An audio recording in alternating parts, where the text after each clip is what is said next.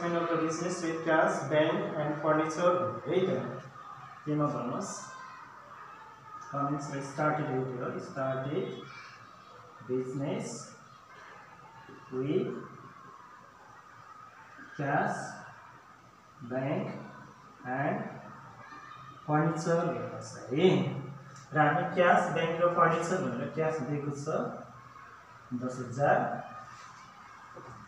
क्याशको value 10,000 cash बैंकमा bank balance भनेर bank दिएको छ 20,000 र फर्निचर भनेर दिएको छ 20,000 र टोटल गरेर हामी कतिबाट स्टार्ट गर्यौं 50,000 बाट बिजनेस स्टार्ट गर्यौं क्यापिटल लायबिलिटी 0 गर्नुस् र यसपछि 50,000 plus 0 यसलाई बिगिनिङ इक्वेसन भनिन्छ है। ओके बिगिनिङ इक्वेसन पछि b मा आउनुस्। b मा भनेको छ payment for advertising by check.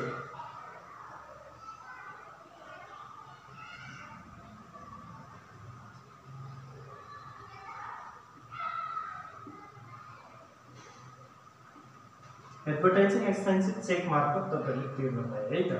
भनेपछि यो खर्च भयो एक्सपेन्सेसलाई के गर्ने एसेट्स क्यापिटल दुईटैबाट माइनस गर्नुस्।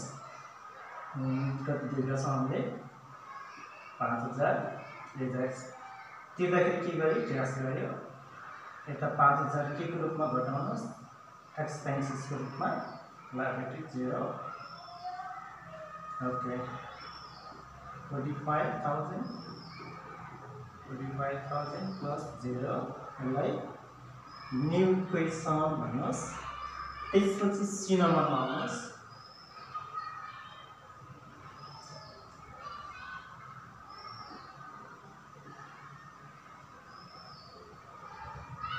We drew from bank for office use को लागि हामीले बैंकबाट पैसा निकालेका छौं। कति निकालेका छौं भनेपछि 20,000 अफिस यूजको लागि क्याश प्लस भयो कुन ब्यालेन्स घट्यो बैंक ब्यालेन्स माइनस भयो यसलाई क्यापिटल लायबिलिटीलाई केही गरेन 0 भनेको केही गरेन र ड्यास गर्न सक्नुहुन्छ। र यसपछि न्यू इक्वेसन भनेर त्यही माथिको 45,000 इक्वल टु 45,000 0 गर्नुस्। त्यसपछि डी नम्बरमा आउनुस्। डी नम्बरमा छ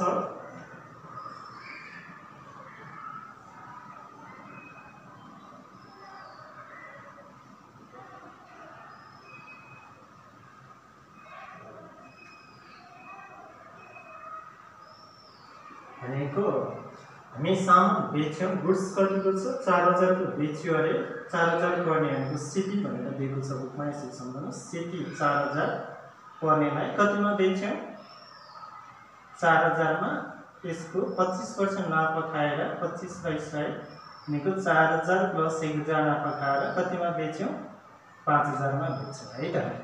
5,000 मा बेच्दाखेरि के भयो त भनेपछि अब हामीले बेचेको 5,000 हामीले उधारमा बेचेको कसैबाट कस्टमर डेटर्सबाट पाइन्छ र सामान कति बराबरको गएको हाम्रो 4,000 बराबरको गुड्स गएको है। भनेपछि हाम्रो योबाट ट्रान्जेक्सनबाट कति फाइदा भयो 1,000 चाहिँ हामीलाई प्रॉफिट भयो लायबिलिटीमा 0 गर्नु होला। र यसपछि यो तपाईलाई बुझ्नको लागि थियो भने अब न्यू इक्वेसन भनेर डेभलप गर्नुस्। 46,000 यता 0 गर्नुस्। र लास्ट वानमा ई नम्बरमा हेर्नुस् त ई नम्बरमा डिप्रिसिएसन चार्ज अन फर्निचर भनेको छ है।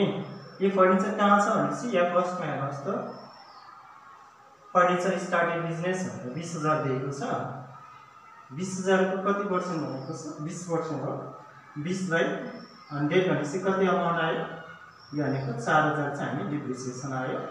र डिप्रिसिएसनले के घटाउँछ फर्निचरको भ्यालु घटाउँछ माइनस 4,000 कति के घटायो फर्निचर माइनस गर्यो यसले फुल्ली गर्न भनेको बिजनेसको लागि हेर्नुहोस् र 4000 योबाट के सम्झनुहोस् लसको रूपमा माइनस गर्नुहोस् लायबिलिटी 0 दिनुहोस् र यति गरिसकेपछि आएकोलाई अब यो ट्रान्जेक्सन इको भनेपछि अब यहाँ त छैन फाइनल इक्वेसन भन्नुहोस् है एफई भनेको फाइनल इक्वेसन 42,000 लायबिलिटिजमा हाम्रो 0 छ भनेर सम्झिनुहोस् र यसरी यो भिडियोलाई तपाईले पज गरेर अब तपाईले सार्न सक्नुहुन्छ है त।